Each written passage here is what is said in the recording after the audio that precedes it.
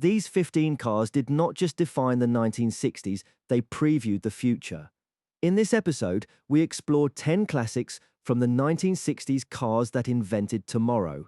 Each car tells a different story: design, engineering, culture, and the small details that make old-timers feel alive. The DS looked like a spaceship and drove like tomorrow had already arrived. Built during 1955-1975, the Citroen DS represents the engineering priorities and driving culture of its time. Debuted in 1955 with shockingly aerodynamic styling, hydropneumatic suspension delivered self-leveling ride comfort. Front disc brakes were rare on mainstream cars. Semi-automatic gearbox used hydraulic actuation. Directional headlights arrived on later models. Its low drag shape improved high-speed stability. Citroën sold nearly 1.5 million examples. It became a symbol of French technical audacity. Today, it stands out as a collectible oldtimer because it combines period character, mechanical personality, and a story enthusiasts still care about. The Ro 80 mixed a slippery body, rotary power, and executive car daring. Built during 1967 to 1977, the NSU Ro 80 represents the engineering priorities and driving culture of its time. Launched with a futuristic fastback sedan shape, powered by a twin-rotor Wankel engine, front-wheel drive aided cabin space and traction. Four-wheel disc brakes were standard. Semi-automatic transmission used vacuum-operated clutch. Drag coefficient was exceptionally low for its era. Won 1968 European Car of the Year. Early rotor seal issues hurt its reputation. Today, it stands out as a collectible oldtimer because it combines period character, mechanical personality, and a story enthusiasts still care about. The Miura turned the mid-engined exotic into the supercar template. Built during 1966 to 1973, the Lamborghini Miura represents the engineering priorities and driving culture of its time. Its transverse V12 sat behind the seats. Production bodywork was shaped by Marcello Gandini. The layout transformed high-performance road car packaging. Early cars shared engine and gearbox lubrication. It delivered sensational proportions and cabin-forward stance. P400 SV brought wider track and more power. Top speed approached 170 miles per hour. It established Lamborghini's global performance image. Today, it stands out as a collectible oldtimer because it combines period character, mechanical personality, and a story enthusiasts still care about. The Mini made tiny car packaging so clever the world still copies it. Built during 1959 to 2000, the BMC Mini represents the engineering priorities and driving culture of its time. Designed by Alec Isagonis around maximum interior space, transverse engine drove the front wheels. 10-inch wheels pushed to the corners improved stability. Its compact footprint suited crowded European cities. The layout became standard for modern small cars. Mini Cooper variants turned it into a giant killer. Hydroelastic suspension arrived on later versions. More than 5 million were eventually built. Today it stands out as a collectible oldtimer because it combines period character, mechanical personality, and a story enthusiasts still care about. The E-Type paired aircraft thinking with beauty and speed in one perfect shock.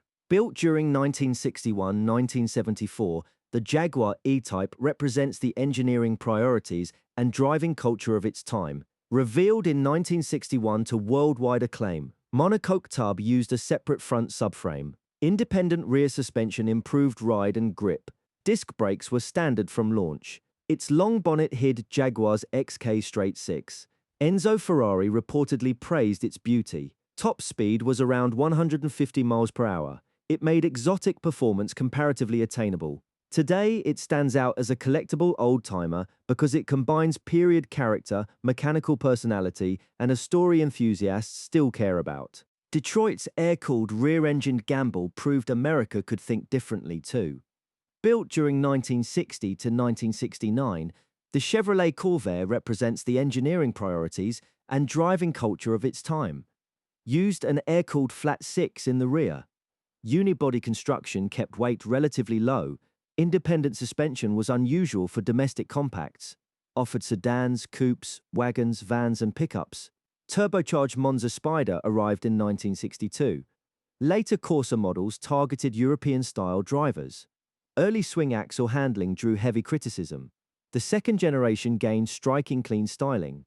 Today, it stands out as a collectible oldtimer because it combines period character, mechanical personality, and a story enthusiasts still care about. Mazda's Cosmo Sport made rotary ambition look elegant, credible, and fast. Built during 1967-1972, the Mazda Cosmo Sport represents the engineering priorities and driving culture of its time. It was Mazda's first production rotary sports car. Twin-rotor engine showcased compact, smooth power. Long development targeted rotor durability and sealing. Styling mixed delicacy with space-age optimism. A long nose and short tail emphasized speed. It helped define Mazda's engineering identity. Racing appearances proved the rotary's stamina. Production remained limited and highly collectible. Today, it stands out as a collectible oldtimer because it combines period character, mechanical personality, and a story enthusiasts still care about. The 911 refined an unconventional recipe into one of motoring's longest futures. Built during 1964 present, the Porsche 911 represents the engineering priorities and driving culture of its time. Introduced as the six-cylinder successor to the 356, rear-mounted flat six defined its character. The fastback silhouette became instantly recognizable. Advanced overhead cam engine boosted sophistication. Compact size and low weight sharpened responses. Continuous evolution preserved its original concept. Targa body style addressed safety concerns stylishly. It remains in production today. Today, it stands out as a collectible oldtimer because it combines period character, mechanical personality, and a story enthusiasts still care about. The Toronado brought massive V8 power to an improbably advanced front-drive Grand Coupe. Built during 1966 to 1992, the Oldsmobile Toronado represents the engineering priorities and driving culture of its time. Introduced in 1966 with dramatic hidden headlamp styling, front-wheel drive was revolutionary for American personal luxury cars. A chain-driven transaxle handled big block torque, flat floor improved front cabin space, standard 425 cubic inch V8 delivered strong performance. It was among the first US cars with FWD distinctive wheel arch shape, became a design signature. It proved innovation could be bold and sell. Today, it stands out as a collectible oldtimer because it combines period character, mechanical personality, and a story enthusiasts still care about. The Fulvia Coupe hid advanced engineering inside a compact, razor-sharp Italian shape. Built during 1965-1976, the Lancia Fulvia Coupe represents the engineering priorities and driving culture of its time. Used a narrow-angle V4 engine driving front wheels, its engineering prioritized balance and traction. Four-wheel disc brakes aided confident stopping. The coupe body was crisp and lightweight looking. HF versions became formidable rally winners. Monte Carlo victory cemented its competition reputation. The cabin felt airy despite compact dimensions. It blended precision handling with everyday usability. Today, it stands out as a collectible oldtimer because it combines period character, mechanical personality, and a story enthusiasts still care about. The 2002 turned the sports sedan into a practical, everyday thrill machine. Built during 1968-1976, the BMW 2002 represents the engineering priorities and driving culture of its time. It paired a compact body with a 2-liter engine. Rear-wheel drive gave it engaging balance. Crisp visibility made it feel light and usable.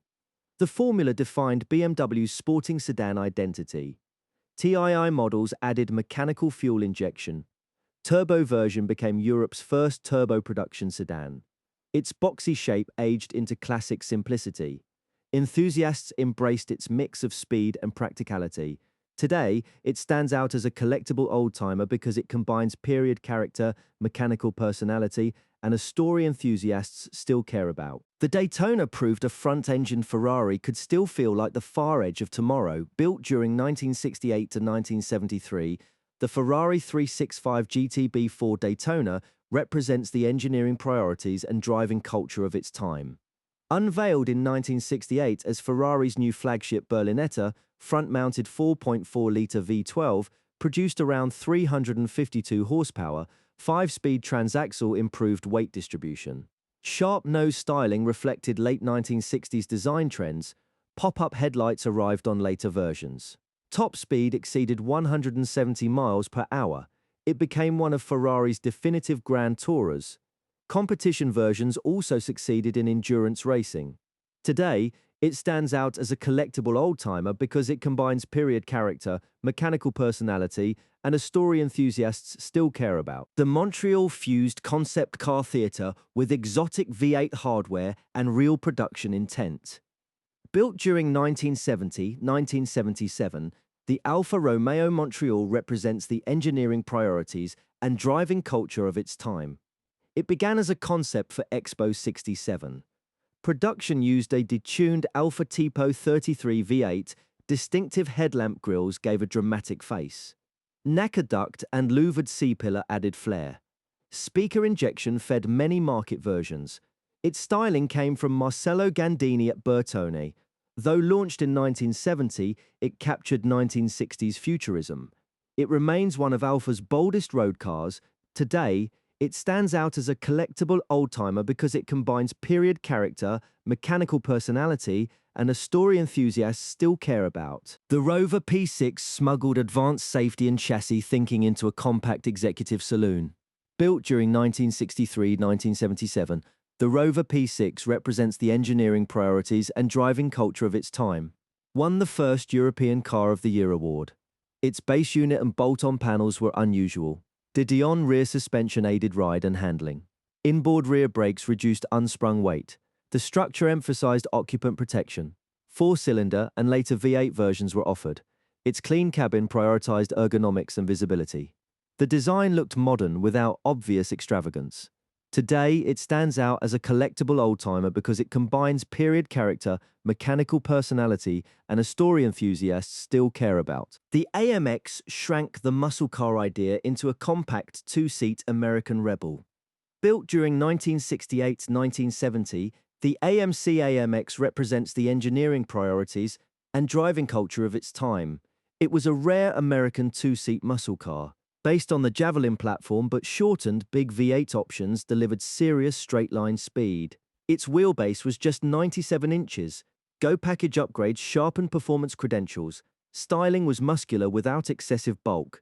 Production lasted only 3 model years. Its brevity made it especially memorable. Today, it stands out as a collectible oldtimer because it combines period character, mechanical personality, and a story enthusiasts still care about. Long before tomorrow arrived, these cars were already there. Whether you prefer compact sports saloons, elegant coupes, or long-distance autobahn machines, this group captures why classic cars remain so fascinating.